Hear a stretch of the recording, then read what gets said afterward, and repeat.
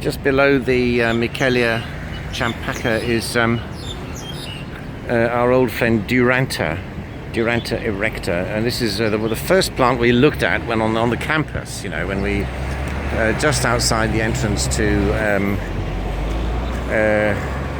Knowles building when we went for that our first site walk on campus. It's terribly boring, but it's everywhere, so you have to know it, right? So it's interesting. It's got several sort of different sized leaves. You know, if you look at it, it's got these long thin ones and these funny little round ones. And goodness knows why, but anyway, there's Duranta erecta. Let's go over here, and we can see behind these awful, ugly fences that the LCSD put in everywhere. Some some more of this Duranta. But right next to the Duranta, right, is another shrub that's on your list. And look at these amazing sort of powder puff flowers, you know, that this shrub has. These amazing powder puff flowers. Of course, again, shouldn't be flowering, you know. But this is Calliandra haematocephala. Calliandra haematocephala. And even if it's not flowering, it's quite easy to recognize, because if you take one leaf, right, let's just take this leaf for example, that's one leaf, and it's divided into two main leaflets, and then those leaflets in turn are divided into sub-leaflets, and those sub-leaflets also end not in one leaflet but in two leaflets. Here, that's easy to see.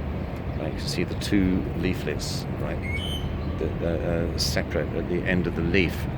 So, you know, you can see the whole leaf divided into two. The whole leaf divided into two, and then the leaflets at the end again divided into two at the end. And there's no sort of single leaflet at the end of the leaf. Now, Calliandra haematocephala is very happy here.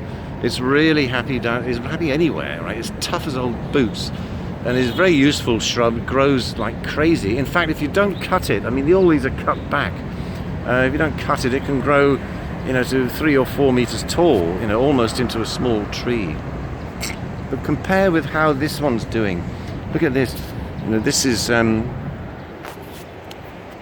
Codium, Codiaeum, Codium variegatum. I mean, absolutely tragic. It absolutely cannot stand it, hates it.